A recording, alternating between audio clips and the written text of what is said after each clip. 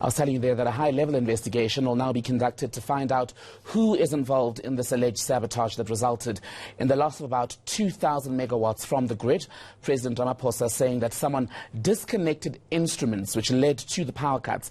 Ramaphosa was speaking at that media briefing after a meeting with Eskom's board and various ministers from his cabinet. That's Minister Pravin Gordhan and Minister Gwede Mantashe, as well as Deputy President David Mabuza, who was also present at Megawatt Park. Let's talk more about this now. Bring in the Daily Maverick, Sikonati Manjanja, who's joining us from Johannesburg via Skype tonight. Sikonati, evening. Thank you for joining us. So we've gone, as I was highlighting at the beginning of the show, from aging infrastructure, wet coal, and now we're in the sabotage phase. But why is it that someone was able to access the grid and do this sort of thing, if indeed it happened? Let's start here by saying Eskom itself says it is still investigating the incident. At present, the evidence that they have at least produced, or the allegation they have made, there's no evidence other than to say somebody who works at Eskom, at that power station at Tutuka in Standerton, just outside Standerton in Mpumalanga, may have interfered deliberately with the system. Eskom itself says it's one of its employees, obviously, and they will investigate the matter and come back to the public with it. They are not sure as yet, but it looks like an incident of sabotage. Here's the other baffling thing from the president's rushed return from Egypt. It gave the impression that he was coming back to make some sort of significant announcement, but we still don't have the news that many South Africans want to hear, that load shedding is going to be resolved once and for all. The only good news is that the lights won't go off between the 17th of December and the 13th of January, but beyond that, there's still no clear plan, is there?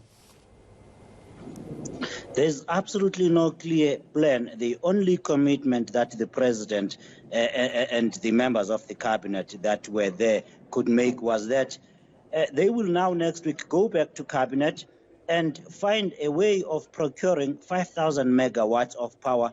And indeed, Cyril Ramaphosa did indicate that a lot of it will come from the private sector. They will be exploring many mechanisms that eventually will add new 5,000 megawatts capacity into the national grid, so as to give Eskom a break to take off the stations that need heavy maintenance, take them off the system and work on them as it should. Because currently it is constrained, it can only do just quick maintenance, not the deep maintenance that its old infrastructure requires. So the only announcement is, yes, we will go back to cabinet, and because Eskom has asked for 5,000 megawatts a break from us, and we'll go and see how we can bring that about. The president also quite insistent today in his expectation, a great deal, or too much expectation, some would say, from the Medupi and Kusile power stations that to this day are about 3 or 4 years behind their initial date of completion in 2015. And as we saw earlier this week, Medupi was named or listed as part of the reasons why we went all the way to stage 6. So should we be optimistic about their contribution to the grid? Just a small correction, Chembegile. The last power station, Kusile, should have been completed in 2014, the last one. Yet the first one, Medupi, is still not complete. That should have been completed around 2012. So we are many, many years behind. Now, that's the question I asked the executives of Eskom. I asked the president and said, for 12 years, your government and all its predecessors have been making these promises and these excuses about we will resolve load shedding, and there has been sabotage. Why should we believe you this time? The answer, of course, was that only we have done what we can. We are doing everything in our power to make sure that we resolve this once and for all. We are now going back to procure an additional 5,000 megawatts. This is in addition to Kusile Power Station, Medupi, and the Ingula, which together will contribute over 10,000 megawatts when complete by 2023.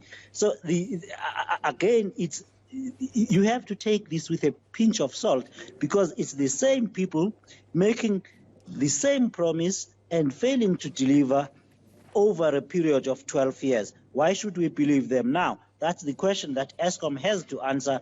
The only comfort you can get from Jan Oberholzer, the Chief Operating Officer of Eskom, is that we are sincere. We are not lying when we say we are doing everything we can. But unfortunately for them, the only outcome we have had after promise after promise over 12 years is that we have still load shedding that we first had in 2012. So they keep trying.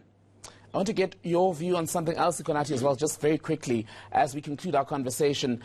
The belief or the school of thought that says, in fact, Eskom is being sabotaged, but it's being sabotaged by people who want to necessitate an IPP-friendly emergency that would see a rush to awarding those contracts so that they can derive some sort of benefit.